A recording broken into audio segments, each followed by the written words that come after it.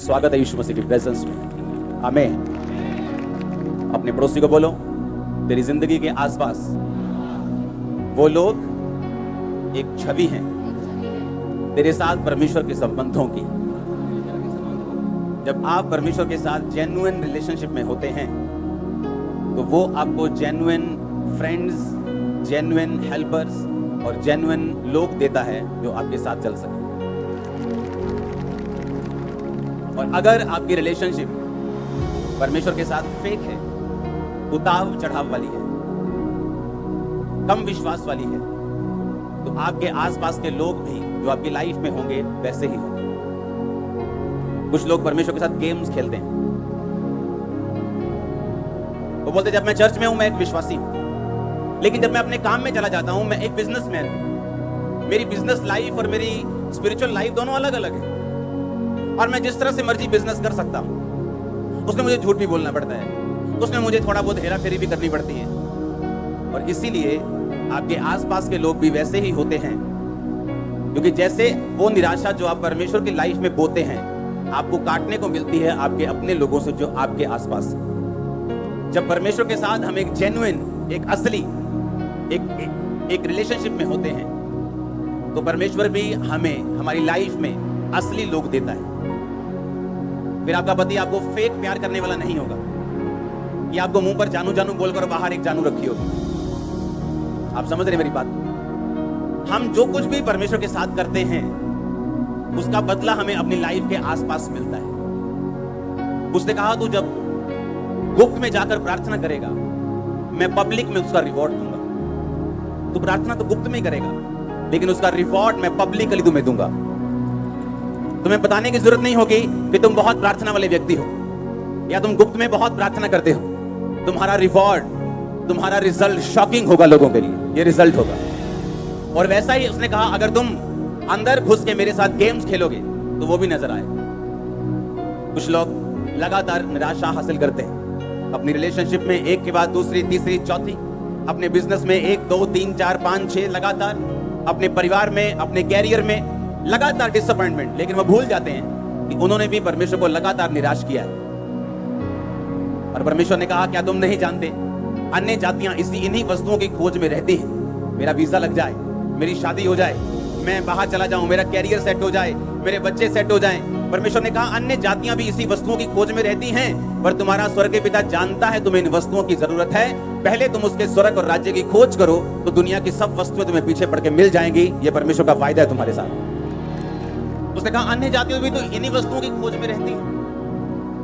वो भी तो जाती है ना, बाबा जी मेरा काम कर दो, रास्ता नहीं खुल रहा, कृपा कर दो। तो परमेश्वर ने कहा तुम भी तो इसी तरह से आए हो कि मेरा वीजा लग जाए, तो तुम में और उनमें फर्क क्या है? परमेश्वर ने कहा पहले तुम परमेश्वर के धर्म और राज्य की खोज करो तो सब वस्तुएं तुम्हें पीछे पड़ के क्या होंगी? मिल जाएंगी। हालेलुया। आपकी लाइफ में जो भी शारीरिक बदलाव शुरू होता है सबसे पहले वो आत्मा में होता है। जब आप आत्मा में माहौल चेंज कर लेते हैं तो शरीर में माहौल चेंज कर लेते हैं। जब आप आत्मा में बदलाव देख लेते हैं तो शरीर में अपने आप बदलाव दुनिया में आना शुरू हो जाता है। यहोशू 5 उसकी 1 से लेके 15 आयत, इसको नोट करेंगे हम। मैं आपको 2 आयत से पढ़ूंगा। यहोशू 5 उसकी 2। उस समय यहोवा ने यहोशू से कहा चकमक की छुरियां बनाकर दूसरी बाल इस्राएलियों का खतना कर दे। तब यहोशू ने चकमक की छुरियां बनवाकर खलड़ियां नामक टीले के पास इस्राएलियों का खतना कराया। यहोशू ने जो खतना कराया उसका कारण यह है कि जितने युद्ध के योग्य पुरुष मिस्र से निकले थे वो सब मिस्र के निकलने पर जंगल के मार्ग में मर गए थे। जो पुरुष मिस्र से निकले थे उनका सबका खतना हो चुका था, परंतु जितने मिस्र के निकलने पर जंगल के मार्ग में पैदा हुए थे उनमें किसी का खतना ना हुआ था। हालेलुया। जब खतना हो गया तो 9 आयत में लिखा तब यहोवा ने यहोशू से कहा तुम्हारी नाम धराई जो मिस्रियों में हुई है उसे मैंने आज दूर किया है। इस कारण उस स्थान का नाम गिलगाल पड़ा। सब बोलो आमीन। परमेश्वर ने कहा इनका खतना कर दो। पुराने नियम में खतना जरूरी था, तो बाइबल कहती है जब उनका खतना हुआ तो परमेश्वर ने कहा आज मैंने तुम्हारी नाम धराई मिस्र में से क्या की है? दूर की है।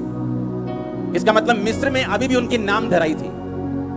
ले चले गए यहोवा दे कोल की मिले इन्हां नूं, हाले भी धक्के खांदे जंगलां च, काम ते हले होया नहीं इन्हां दा। लेकिन काम इसलिए नहीं हुआ क्योंकि उन्होंने परमेश्वर के वचन को क्या नहीं किया था? पूरा नहीं किया था। परमेश्वर के वचन में लिखा था कि हर एक इजरायली खतना करवाएगा और उनमें से कोई भी खतने वाला नहीं था। और जैसे ही उन्होंने परमेश्वर के वचन को पूरा किया, परमेश्वर ने कहा, आज मैंने मिस्रियों में तुम्हारी बेइज्जती दूर की है। जब आप स्पिरिट में चलते हैं, आत्मा में चलते चलते, जब आप परमेश्वर की एक्सपेक्टेशन, जो परमेश्वर चाहता है, जो परमेश्वर आपसे एक्सपेक्ट करता है, जो वो आपसे चाहता है कि आप करें, जब आप पूरी कर लेते हैं, आपका जो आसपास का माहौल है वो एकदम से चेंज हो जाता है। आपको नहीं मालूम होगा कि कौन सा आपका रिश्तेदार कब उसका दिमाग बदल गया और उसने आपको कहना शुरू कर दिया, यार मैं चर्च जाऊंगा। आप मेरी बात समझ रहे कि नहीं? आपको इसका प्रोसीजर मालूम नहीं, आपको कैसे हुआ ये मालूम नहीं। कैसे मेरे परिवार ने कह दिया, जो एक दिन विरोधी था, कि हम बपतिस्मा लेना चाहते हैं, कैसे हो गया? प्रोसीजर मालूम नहीं, तरीका मालूम नहीं, लेकिन ये मालूम है कि हुआ कैसे, कैसे हुआ। ये नहीं पता कि दिमाग में क्या आया, लेकिन डाला किसने? परमेश्वर ने। और डाला कब? जब उसके वचन को पूरा किया गया। पहले भी समुद्र दो भाग हुआ, और बाइबल कहती है इस खतने से पहले जब वो जा रहे थे एक जगह, तो नदी पार करनी जरूरी थी। तो जिस तरह समुद्र दो भाग हुआ था, यहोशू ने नदी दो भाग की थी, पता है कि नहीं? और वो भी उस टाइम में जब बाढ़ वाला टाइम था, बारिश वाला टाइम था, और नदियां ओवरफ्लो बहती थी। बाइबल कहती है जब यहोशू याजकों से और लोगों के साथ बाढ़ के बीच में गया, तो पानी दीवार की तरह इधर और दीवार की तरह इधर, जिस तरह समुद्र में ठहरा था वैसे ठहरा रहा। इतने मिरेकल्स होने के बावजूद भी अभी तक इजराइलियों की नाम धराई बेइज्जती मिस्र में दूर नहीं हुई थी, क्योंकि अभी तक वचन जो था वो पूरा नहीं हुआ था। और जैसे ही उन्होंने वर्ड पूरा किया और खतना किया, और बाइबल कहती है जैसे ही वचन पूरा हुआ, तो परमेश्वर ने उनके दिमाग में, मिस्रियों के दिमाग में क्या डाला?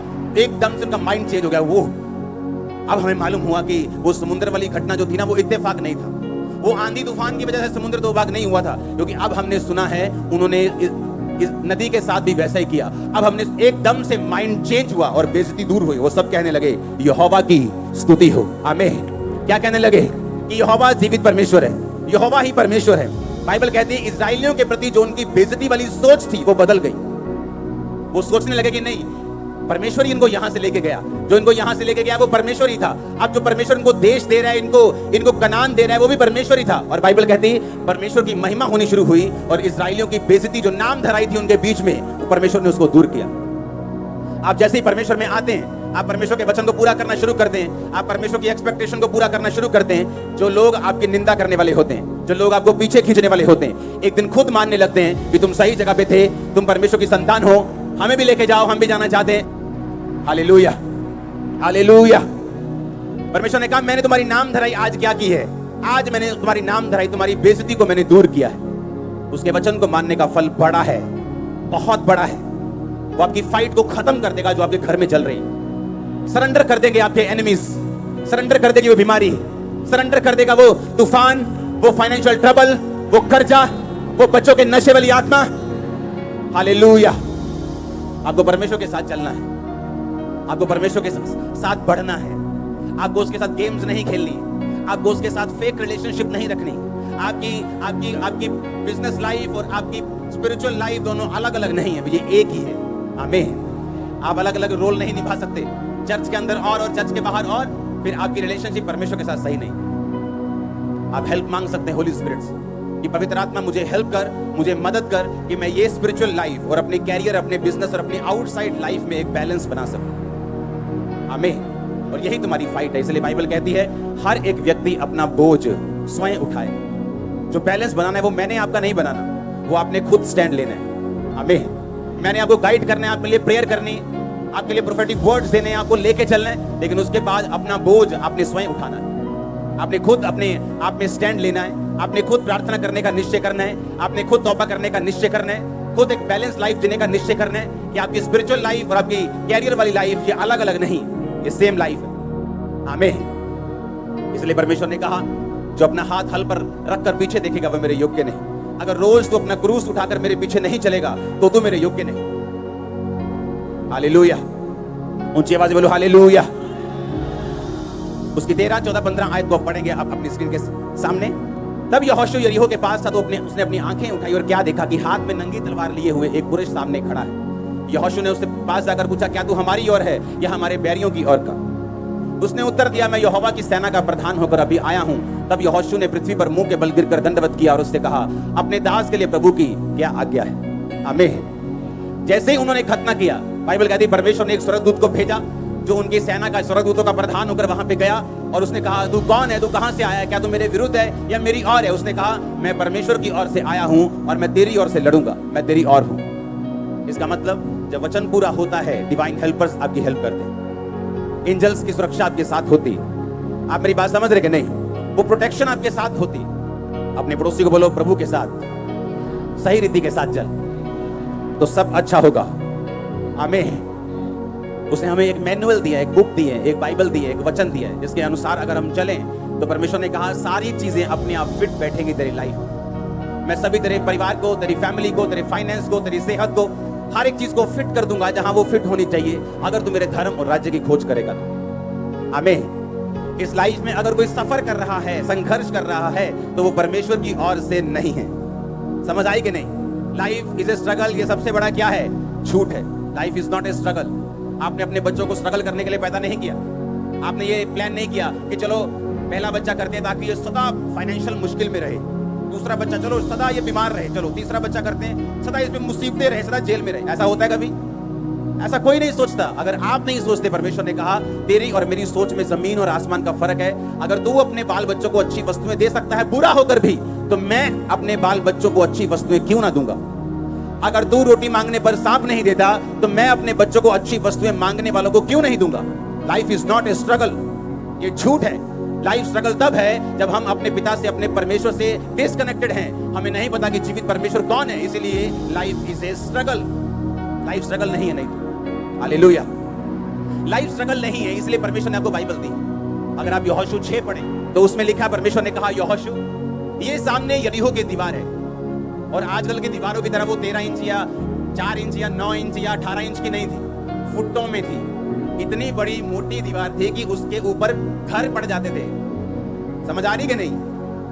घर थे उसके ऊपर, दीवार इतनी मोटी थी, इतनी मोटी दीवार थी कि उसके ऊपर कमरे थे, घर थे उसकी, इतनी मोटी वो दीवार थी। वो इतनी मोटी थी कि कोई तोप, गोला, कोई उस जमाने के जो आधुनिक हथियार थे उस जमाने के हिसाब से वो दीवार को हटा नहीं सकते थे। कुछ भी दीवार पे मार दो, दीवार को हटा नहीं सकते। वो इतनी मोटी बनाई गई थी और उस दीवार से उस शहर को घेर लिया गया था ताकि कोई भी एनिमी उस दीवार के अंदर ना आ सके, और उस दीवार के ऊपर फौजी खड़े रहते थे। परमेश्वर ने वायदा किया था कि वो देश मैं तुम लोगों को, यहोशू तुम लोगों को दूंगा। और परमेश्वर ने कहा, यहोशू जा और उस दीवार के रोज एक चक्कर लगा के आ। रोज याजकों को साथ ले जा, वाचा के संदूक वचन को साथ ले जा, और रोज उस दीवार का एक चक्कर लगाना और कुछ मत बोलना। 7वें दिन 7 चक्कर लगाना। जब 7 चक्कर पूरे हो जाएं, याजक नरसिंगा फूके, और जब नरसिंगे का शब्द सुनाई दे, सब लोग हालेलुया के जयकारे मारना, दीवार गिर जाएगी। अब सुनो ध्यान से, जो भी परमेश्वर हमें देता है बाइबल में, जो पुराने नियम की कहानियां हैं, वो एक प्रतिबिंब यानी एक आईना है, एक एग्जाम्पल है हमारे लिए। बाइबल कहती है, परमेश्वर ने कहा याजकों को साथ लेके जाना। यानी आपकी लाइफ में भी ऐसा समय आता है, मेरी लाइफ में भी आया, जब हमें मालूम होता है कि ये जो दीवार है, ये जो मुसीबत है, ये जो बीमारी है, या जो ट्रबल मुझे घेर के खड़ा है, इसका ना तो कोई मेडिकल हल है, ना कोई दुनिया इसका हल है, ना मेरा माँ प्यो इसका हल कर सकता है, ना मेरी पत्नी, ना मेरा पति, ना मेरे बच्चे, कोई इसका हल नहीं कर सकता। इसका हल सिर्फ परमेश्वर कर सकता है। समझ आई कि नहीं? ऐसा आपकी लाइफ में अगर नहीं हुआ तो वो होगा, ताकि परमेश्वर अपनी उपस्थिति साबित कर सके कि मैं तुम्हारी लाइफ में जीवित हूं। अब हुआ क्या? बाइबल कहती जैसे ही वो जा रहे थे, उन्होंने 7 चक्कर लगाए।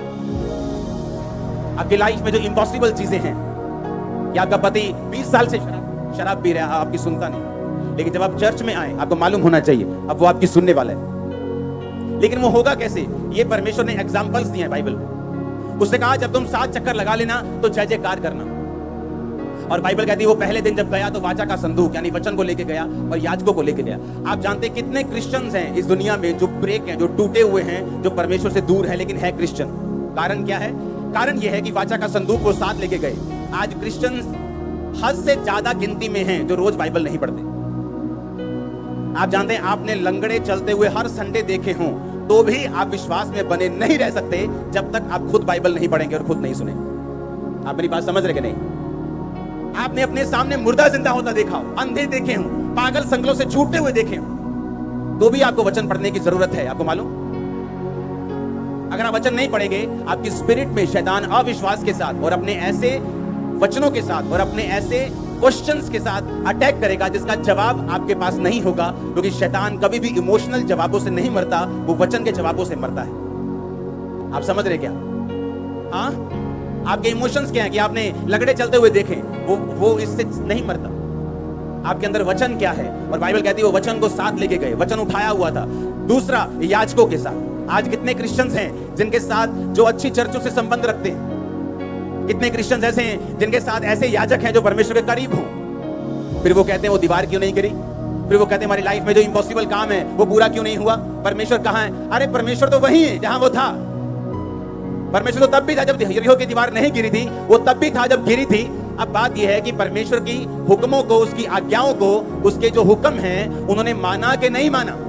और परमेश्वर का हुक्म था अगर तुम इम्पॉसिबल दीवार को गिरते हुए देखना चाहते हो तो याजकों को लेके जाओ, याजकों को सुरक्षित रखो, और याजकों को के साथ जो वाचा का संदूक है वो हो, और उसके बाद नरसिंगे हो, वर्शिप हो, और उसके साथ तुम चलते जाना। आज कितने लोग ऐसे हैं जो अच्छी संगतियों से संबंध रखते हैं? लोगों को लगता है जो घर के पास है वहां चले जाओ, पैसा बचा लो। किराया बहुत लगता है चर्च जाने में, तो पैसा बचाते हैं। पैसा तो बचा लिया, पर दीवार वहीं की वहीं खड़ी।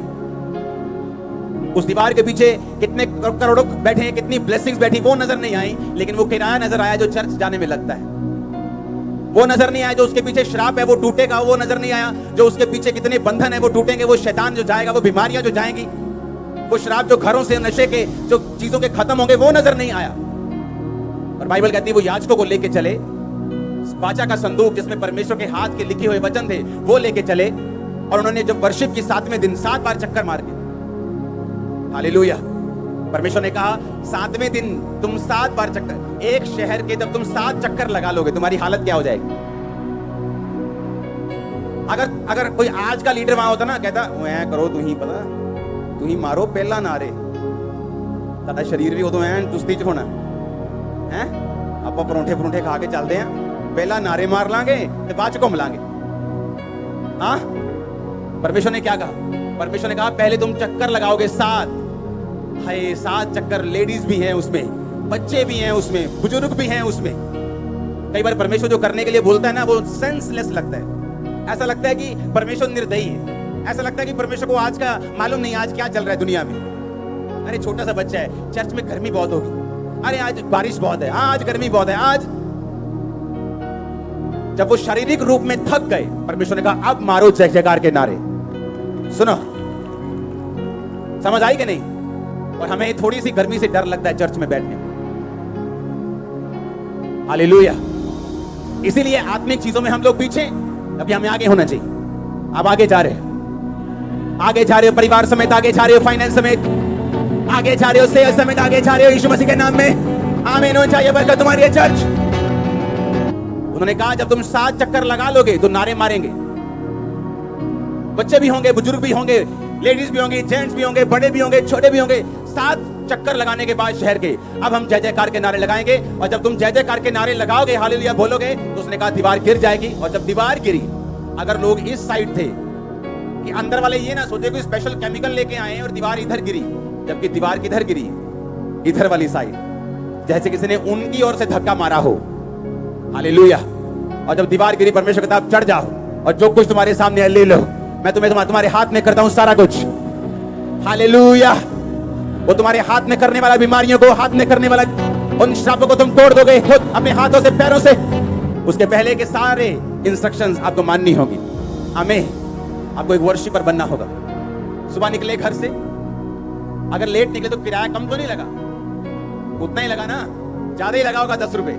ये ऑटो वालों ने पता किया काका घंटा रह गया हूं तो 15 लगणगे। हाँ, उतना ही किराया लगा, उतना ही एफर्ट लगा, तो क्यों नहीं टाइम पर आए हम? 1 घंटा भी हम वर्शिप मिस क्यों करें? आधा घंटा भी वर्शिप मिस क्यों करें? लेकिन ये स्पिरिचुअल नॉलेज, ये आत्मिक नॉलेज, ये आत्मिक सेंस सब लोगों को नहीं है। इसलिए सारे लोग यहोशू के जैसे नहीं है, सारे दाऊद के जैसे नहीं है, सारे शमूएल के जैसे नहीं है। ये नहीं कि परमेश्वर ने आपको दाऊद की तरह नहीं चुना या आपको पतरस की तरह नहीं चुना, उसने सब कुछ चुना है काम बड़े करने के लिए, लेकिन आपका रिस्पॉन्स कैसा है आत्मिक चीजों के लिए, ये मायने रखता है। हम सुबह टाइम से नहीं निकले, वो बर्तन जो सुबह 7 बजे धोने चाहिए वो हम 9 बजे धो रहे हैं, ये हमारी गलती है। जो काम हम सुबह कर सकते आलस की वजह से नहीं किया, और चर्च में 1 घंटा लेट है। 10 बजे वर्शिप शुरू होती, हम कोई 11 बजे आ रहे हैं, कोई पौने 11 आ रहे हैं, कोई 10:30 आ रहे हैं, क्योंकि हम स्पिरिचुअली इतना एक्टिव नहीं है कामों के लिए। अगर आप यहां आए हैं तो मैं सुबह 5 बजे का मान लो आपको देख रहा हूं, मैं रात को अपने प्रेयर रूम में हूं। अगर मैंने क्रूसेड पे जाना है तो कई दिनों तक मैं प्रेयर रूम में हूं। मुझे मीटिंग मिस करनी पड़े कोई बात नहीं, लेकिन मैं प्रेयर में हूं। आत्मिक चीजों का एक मकसद है। हालेलुया। और जब रिजल्ट आता है फिर आपको नजर आता है, अच्छा देखो कितना अच्छा रिजल्ट आया। हालेलुया। लेकिन उस रिजल्ट के लिए आपको कुछ प्राइस, कुछ मूल्य आपको अदा करना होता है, जो हम अदा करने के लिए तैयार हैं या नहीं। हालेलुया। अब वो लोग जिनकी लाइफ में वचन है, वो लोग जिनकी लाइफ में वर्शिप है, वो लोग जिनकी लाइफ में अच्छी संगति है, वो लोग मार नहीं खा सकते। अच्छी संगति उनको संभाल के रखती है। जो वचन वो खुद पढ़ते हैं उनको संभाल के रखते हैं। जो वर्शिप वो खुद करते हैं वो उनके बंधनों को तोड़ती है। हमें, और इसीलिए परमेश्वर ने हमें वचन दिया, पुराना नियम दिया, नया नियम दिया। हम उन वचनों को स्टोरीज की तरह, जैसे अन्य जातियां पढ़ती हैं अपने पुरानी स्टोरीज की तरह, जिनसे, लेकिन ये स्टोरीज नहीं है, ये जीवित वर्ड है। ये सिखाता है कि उस समय ऐसे हुआ था। अगर तुम पैटर्न फॉलो करोगे तो तुम्हारे साथ भी वैसा हो सकता है। तुम भी ब्लेस्ड हो सकते हो। तुम्हारी भी जो कंडीशन है वो सुधर सकती है। इम्पॉसिबल पॉसिबल हो सकता है, वो हो सकता है। 100% मैंने देखा है। हालेलुया। ऐसा पॉसिबल है अगर हम लगातार उस पैटर्न को, उस वचन को फॉलो करें परमेश्वर के साथ। जब हम फॉलो करते हैं वो हमारे आसपास का माहौल चेंज करता है। नाम धराइयों को वो दूर करता है, रियल हेल्पर्स को लेके आता है, रियल लोगों को लेके आता है। अगर हमारे रिलेशनशिप प्रभु के साथ फेक है तो लोग भी फेक आएंगे हमारी लाइफ में। आप चर्च में आएंगे और ऐसे पूरा ऐसे आग से भरे हुए, लेकिन बाहर एक गर्लफ्रेंड रखी हुई, आपकी रिलेशनशिप फेक है। और जैसे आप फेक हैं प्रभु के साथ, परमेश्वर भी आपके साथ फेक होगा। उसने कहा मैं तुम्हें कभी ना छोड़ूंगा, कभी ना त्यागूंगा, और मैं तुझे धोखा नहीं दूंगा। इसका मतलब परमेश्वर धोखा देता है। जब तुम उसको धोखा देते हो वो तुमको डबल धोखा देता है। उसने कहा मैं तुम्हें कभी धोखा नहीं दूंगा, क्योंकि तुमने मुझे धोखा नहीं दिया तो मैं भी तुम्हें धोखा नहीं दूंगा। तुम मेरे साथ वफादार रहे हो, मैं भी तुम्हारे साथ वफादार रहूंगा। तुमने मुझे नहीं छोड़ा, मैं तुम्हें नहीं छोड़ूंगा और नहीं त्यागूंगा। जो तुम मुझे दोगे मैं 100 गुना करके तुम्हें वापस करूंगा। सुलेमान ने भवन बनाया, परमेश्वर ने भवन से अच्छा घर उसे दिया। तुम उसको हरा नहीं सकते। अगर धोखा दोगे तो वो बढ़ा देगा, पैसा दोगे तो वो बढ़ा देगा। तुम जो भी उसको दोगे वो तुम्हें वापस करेगा। हालेलुया। अपने पड़ोसी को बोलो ध्यान से चल। अगर तू प्रभु से, उसकी वाचा से वफादारी के साथ चलेगा तो परमेश्वर भी तेरे आसपास को तेरे साथ वफादार करेगा। उस मैदान के, जिस मैदान में तू चलेगा उसके पत्थर तक तुझसे वफादार रहेंगे। Hallelujah, hallelujah. आपके घर की ईंटें तक आपसे वफादार रहेंगे। आपके स्कूटर, मोटरसाइकिल, आपकी गाड़ियां, आपके सिलेंडर आपसे वफादार रहेंगे। मैं आपको सच कह रहा हूं। हालेलुया। क्योंकि आप परमेश्वर के साथ अगर वफादार हैं तो, अगर आपकी रिलेशनशिप फेक है तो बाइबल बताती है, अगर अभी मैं आपको छोड़ दूं सबको कि अगले आधा घंटा हम लंच करेंगे, आप सब फ्री हो, आपस में बातचीत करो, 15-20 मिनट में ही चुगलखोर इकट्ठे हो जाएंगे, पवित्र लोग अलग इकट्ठे हो जाएंगे, जो प्रार्थना करने उनकी अलग जोड़ी बन जाएगी, व्यभिचारियों की अलग बन जाएगी। उन्होंने ढूंढा कैसे एक दूसरे को, ये बड़ी मिस्ट्री है। कैसे मालूम हुआ तुमको? बस पता लगे ना, आप बंदा अपना ही है। हाँ, ऐसे ही जैसे आपने ढूंढ लिया, व्यभिचारी ने व्यभिचारी को ढूंढ, मालूम नहीं कैसे ढूंढते वो, और कैसे आत्मा वाला बंदा आत्मा वाले बंदे के साथ ही अट्रैक्ट होता है कि वो आत्मा, आत्मिक बंदा आत्मिक के साथ। बहुत कम होता है, 99%, 90 से 99% कम होता है कि एक स्पिरिचुअल लाइफ की एक बंदे में एक धोखा देने वाला बंदा है, वो भी उसको कुछ सिखाने के लिए, कुछ दिखाने के लिए, अदरवाइज उसको नुकसान देने के लिए वो नहीं होता। लेकिन जो फेक लोग होते हैं उनकी लाइफ में वो सचमुच नुकसान करने के लिए आए होते हैं। हालेलुया। एक दूसरे को ढूंढ लेते हैं हम, अपने अपने जैसे को हम ढूंढ लेते हैं। आपको ढूंढना है कि आत्मिक लोग, आपको ढूंढना है संगति अच्छी, आपको ढूंढना है। और बाइबल कहती है वाचा का संदूक, याजकों की उपस्थिति उनकी लाइफ में, वर्शिप, और वो दीवार नीचे थी, जो दीवार सामने खड़ी थी उनको गालियां दे रही थी, उन पे हंस रही थी, उनके पांव के नीचे थी। वो शैतान आपके पांव के नीचे होगा, बिल्कुल नीचे, नीचे होगा। मैंने कहा पांव के बिल्कुल नीचे। हालेलुया। आपको विश्वास करना है और परमेश्वर के साथ चलना है। आमीन। जो परमेश्वर ने हुक्म दिए हैं उन्हें बिना तोड़े, बिना बहाना बनाए आपको पूरा करना है। हम परमेश्वर से ज्यादा धर्मी नहीं हो सकते। परमेश्वर से ज्यादा पवित्र नहीं हो सकते, परमेश्वर से ज्यादा आगे नहीं देख सकते। जितना वो देख सकता है हम उतने हिसाब से चले। हालेलुया। बाइबल कहती है जब परमेश्वर ने शमूएल को कहा कि जाके शाऊल से कह दे कि उस देश में जाके सारे लोगों को खत्म कर दो, वो गया और बाइबल कहती है अच्छी भेड़ बकरियां, अच्छी गाय बैल बकरियां भैंसे बचा के रखी। राजा अगाग को जीवित पकड़ लिया, उसको मारा नहीं। मारा क्यों नहीं? कि पब्लिक में ले जाके मारूंगा, पब्लिक वाह वाह करेगी। थोड़ा पॉलिटिकल हो गया था कि लोग खुश होंगे। उसे परवाह नहीं थी कि परमेश्वर क्या सोचेगा, पर लोग खुश रहने चाहिए। चाहे झूठी प्रोफेसी करनी हो, लोग खुश रहने चाहिए, जनता आती रहनी चाहिए, परमेश्वर को कोई बात नहीं। ऐसे लोग थोड़े टाइम के लिए होते। और क्या हुआ? जब परमेश्वर का दास आया, उसने कहा ये क्या किया तूने? उसने कहा मैंने वही किया जो तूने किया। उसने कहा जो मैंने कहा वो अगर तूने किया होता तो ये गायों का भैं भैं, ये मेमयानों का मैं ये मुझे सुनाई नहीं देता। उसने कहा ये तो मैं तेरे ही परमेश्वर के लिए भेंट लेके आया हूँ, उसी को चढ़ाना है। उसने कहा परमेश्वर क्या ये चाहता है कि तुम गाय बैल बकरियां चढ़ाओ, या ये चाहता है कि तुम उसकी आज्ञाओं को मानो? हालेलुया। आप जाने अगर हम पुराना नियम पढ़ें और अगर हम दिमाग से पढ़ेंगे तो ठोकर खाएंगे। हमें लगेगा कि अगर परमेश्वर कहता है मैं सब इसकी संतान है, तो फिर उसने मारने का हुक्म क्यों दिया अमालेकियों को? क्यों परमेश्वर बोलेगा अमालेकियों को मार दो? क्या वो उसके बच्चे नहीं है क्या? बाइबल कहती है कि परमेश्वर ने जब तक यीशु मसीह नहीं आए हुक्म बना के रखा, दांत अगर कोई तोड़ दे तो उसका दांत तोड़, कोई प्राण लेना चाहे तो उसका प्राण ले लो। पता है क्यों? अगर ऐसा परमेश्वर के वंश के साथ या परमेश्वर के लोगों में परमेश्वर ना कहता, तो परमेश्वर के लोग आज के जैसे हमेशा नम्र रहते और यीशु मसीह के वंश के आने से पहले ही वो वंश मर चुका होता। यीशु मसीह आ सके दुनिया में, उसका वंश बच सके, तो परमेश्वर ने ऐसे रूल बनाए कि तब तक यीशु मसीह के आने तक ऐसा रूल बना रहे और इजरायली जाति बनी रहे, उसका वंश बना रहे। और जब यीशु मसीह आए, यीशु मसीह ने कहा अब दांत के बदले दांत नहीं, अब प्राण के बदले प्राण नहीं, अब जो कोई तुम्हारे इधर थप्पड़ मारे उधर कर दो। अरे हमारी बातें मान के तो लोग महान हो गए दुनिया में। हाँ, कहां लिखा है और यहां मारो तो वहां कर दो? कहीं नहीं लिखा, बाइबल में लिखा है। एक बात मान के लोग इतना ग्रेट हो गए, आप पूरी बाइबल मानोगे तो पूछो कहां जाओगे? हालेलुया। परमेश्वर ने मालूम क्यों कहा अमालेकियों को? थोड़े सालों के बाद उन्हीं अमालेकियों के वंश में हामान पैदा हुआ। और हामान ने पता क्या कहा राजा को? कि राजा ये सारी यहूदी जाति जो तू देख रहा है ना, ये अलग सी है, लंगर नहीं खाती, प्रसाद नहीं खाती, इनको खत्म कर दिया जाए। राजा ने अंगूठी ली, छाप लगाई, बोला खत्म कर दो। पता है क्यों? क्योंकि वो यहूदी थे। कहां से आए थे? शाऊल शमूएल के वंश से आए थे। और क्यों परमेश्वर ने कहा था अमालेकियों का पूरी तरह से नाश कर दे? क्योंकि नहीं तो आने वाले समय में ये पूरी यहूदी जाति को नाश कर देंगे। लेकिन उसने सुनी नहीं। परमेश्वर सिर्फ इस बात से नाराज नहीं था कि इसने बात नहीं सुनी, उसका मकसद बहुत बड़ा था। आप परमेश्वर से ज्यादा धर्मी नहीं हो सकते। हालेलुया।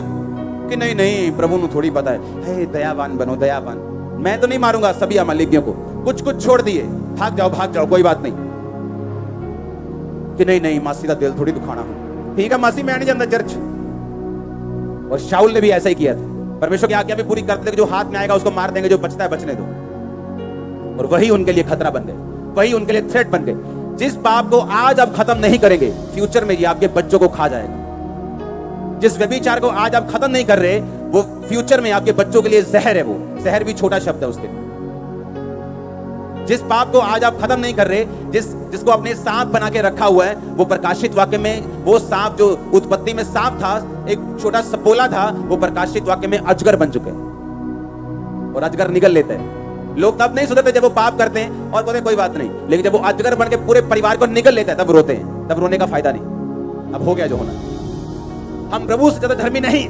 अगर वो कहते हैं कि अगर तेरी दाहिनी आंख ठोकर मारती है तो फेंक दे उसको, फेंक दे कुछ देर के लिए रिश्तेदारों को, फेंक दे कई बार कुछ देर के लिए अपने कैरियर को, अगर वो तेरी आत्मिक जिंदगी के सामने आता है। क्योंकि तू सब कुछ फेंक कर भी स्वर्ग राज्य में प्रवेश कर जाएगा, और जो तू फेंकेगा मैं इस दुनिया पर 100 गुना वापस तुझे करूंगा, टाइम आने पर करूंगा। आमीन। टाइम आने के ऊपर पतरस ने कहा प्रभु हम सब कुछ छोड़कर तेरे पीछे हो गए, हमें क्या मिलेगा? परमेश्वर ने कहा एक भी ऐसा नहीं ना होगा आने वाले समय में जिसने मेरे लिए कुछ छोड़ा हो और 100 गुना ना पाए। खेत छोड़े 100 गुना, पैसा छोड़ा 100 गुना, घर छोड़ा 100 गुना, और साथ में अनंत जीवन भी। इस दुनिया की बरकतें भी तुम पाओगे 100 गुना, और अनंत जीवन भी पाओगे 100 गुना।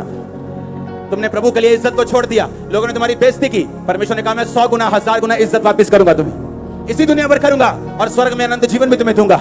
Hallelujah, hallelujah, hallelujah. अब फैसला आपने करना है कि परमेश्वर के साथ वफादार रहना है, गुड रिलेशनशिप बना के रहना है, के फेक रिलेशनशिप रख के अपने आसपास के लोगों को भी वैसा देखना है जैसा आप परमेश्वर के साथ हैं, क्योंकि आपके आसपास की जिंदगी एक छवि है, प्रतिबिंब है, एक मिरर है जो आपने परमेश्वर के साथ किया है। Hallelujah, hallelujah. अब आपने देखना है आपने क्या करना है, चॉइस आपके हाथों में। आपको आपका पास आपके घर में देखने नहीं आने वाला, आपने कितनी शराब पी, आपने कितनी ब्लू फिल्म देखी, वो नहीं देखेगा, लेकिन परमेश्वर देखेगा, उसी के हिसाब से हमें बदला देगा। आज जो पाप सांप की तरह है, कल वो अजगर की तरह है। आज वो आपको खत्म कर रहा है, कल वो परिवार को खत्म करेगा। आपने फैसला करना है क्या करना है। हालेलुया। वो हमें फैसला करना है हमें क्या करना है, अपने पाप को पाल कर अजगर बनाना है उसको, या उसको आज ही उसकी सिरी कुचल देनी, उसका सिर कुचल देना है। आमीन। और आगे बढ़ना है परमेश्वर के साथ। जब उन्होंने वचन को पूरा किया, जब खत्म किया, तो परमेश्वर ने मनों को बदलना शुरू कर दिया, विरोधियों के मनों को बदलना। मन, परमेश्वर ही मन बदल सकता है, आप नहीं बदल सकते। आप कुछ भी दिखा सकते हैं लेकिन मन नहीं बदल सकते, लेकिन मन बदलने वाला परमेश्वर है। जैसे उन्होंने प्रभु के वचनों को पूरा किया, परमेश्वर ने विरोधियों के मन बदलने शुरू कर दी। परमेश्वर ने कहा आज मैंने तुम्हारी नाम धराई, तुम्हारी बेइज्जती को आज मैंने दूर किया है, जब तूने वचनों को माना है। सडनली रियलाइज होगा आपके लोगों को कि नहीं, वो जगह सही, यीशु मसीह सही। एकदम से आपके हस्बैंड को, आपकी वाइफ को, आपके नशे करने वाले बच्चों को एकदम से रियलाइज होगा, एकदम से मालूम दिमाग में कुछ आएगा कि नहीं, मुझे परमेश्वर के साथ चलना है। तू बच, तेरा घराना बचाया जाएगा। तू बच, तेरा घराना बचाया जाएगा। जब तू मेरे धर्म और राज्य की खोज करेगा तो सब वस्तु तुझे पीछे पड़ के मिलेंगी। हासिल करोगे आप सब चीजों को, ए से लेके जेड तक यीशु मसीह के नाम में। मैंने कहा ए से लेके जेड तक यीशु मसीह के सामर्थ्य नाम में। उसने कहा मैं अल्फा, मैं ओमेगा, मैं आखिरी, मैं अंत, मैं शुरू हूं। मैं आप सब चीजों को हासिल करने पाएंगे जो परमेश्वर ने आपके लिए रखी हैं। शैतान के कामों का नाश होगा आपकी लाइफ से, उसके कामों का नाश होगा आपके फाइनेंस से। आमीन हो जाए बरकत आपकी चर्च। Hallelujah, hallelujah. अपने पड़ोसी को बोल वफादार रहे, इसमें तेरा फायदा है। आमीन। फिर से बोलो पड़ोसी वफादार रहे, इसमें तेरा क्या है। आमीन, आमीन। 7 बार बोलो आमीन, आमीन। हालेलुया, आमीन। समझ आ रहा है वचन? हाँ, कैसे परमेश्वर काम करता है। अब मिरेकल्स पहले भी हो रहे थे, लेकिन परमेश्वर ने उनके हार्ट को चेंज कर दी। और परमेश्वर ने कहा आज मैंने वो नाम धराई क्या की है, दूर की है। कब? आज, आज। आप नहीं जानते, आज आप तौबा करके जाए और एक गुड न्यूज आपकी वेट कर रही है, क्योंकि उस पर आपका कोई कंट्रोल नहीं। उस पर कंट्रोल तो सिर्फ वही है जिसने जमीन और आसमान को बनाया है। अमृतसर क्रूसेड के लिए तारीफ करो जोर से। लोगों को लगता है कि वो बहुत बड़ा इकट्ठ था, तो मैं उनको बताना चाहता हूं ये शुरुआत है। परमेश्वर मुझे दिखाया कि अब आधा किलोमीटर नहीं, अब 5-5 किलोमीटर लंबे क्रूसेड होंगे। आपको ऐसा लगेगा कि आप आधे फगवाड़े तक गाड़ी पार करके आए हो, चलते जा रहे हो। ये क्रूसेड कब खत्म होगा? आमीन। सुनो, अगर हम धर्म को फैलाने वाले होते तो लड़ते, हम धार्मिकता को फैलाने वाले। वो कहता है कि मैं नया धर्म बनाने के लिए नहीं आया, मैं धार्मिकता को बनाने के लिए आया। इसलिए हम सबसे प्यार करते रहेंगे। हमें कोई मतलब नहीं कोई क्या कहते हैं, हम करते थे और करते रहेंगे। अपना काम करते थे और वो भी करते रहेंगे। हालेलुया। अपने हाथों को उठा, सुनो मेरी बात। अगर हम वचन के सगे नहीं, कोई दुनिया में आपका सगा नहीं हो सकता। मैं आपको लिख के देता हूं। आप हमेशा खाली, ठगे हुए महसूस करेंगे। जैसे किसी ने चोरी कर ली, आपको लगेगा कोई आपका अपना नहीं, जब तक आप वचन के साथ पूरा संबंध नहीं बना ले। क्यों? आपको बनाया ही ऐसे गया है, आपको ऐसे किया गया है। आपकी जो फंक्शनिंग है ना, आपका जो सॉफ्टवेयर है, वो बनाया ही परमेश्वर ने इस तरह का कि आप इससे अलग कर ही नहीं सकते कुछ। और जितना हम परमेश्वर के खिलाफ फाइट करेंगे, उतना खींचेंगे, उतना फ्रस्ट्रेट होंगे और वापिस फिर उसी पहाड़ के नीचे आएंगे। हमें फैसला करना है खुदा के साथ फेथफुल रहने का, और वो आपके लिए बेस्ट रास्तों को ओपन करेगा। वो मेक श्योर करेगा आपकी टेस्टिमनीज, आपकी गवाहियां, आपका फाइनेंस, आपका परिवार बेस्ट हो। और आमीन होना चाहिए। उठाओ अपने हाथों को, थैंक यू जीसस। हिलाओ हिलाओ हिलाओ अपने हाथों को।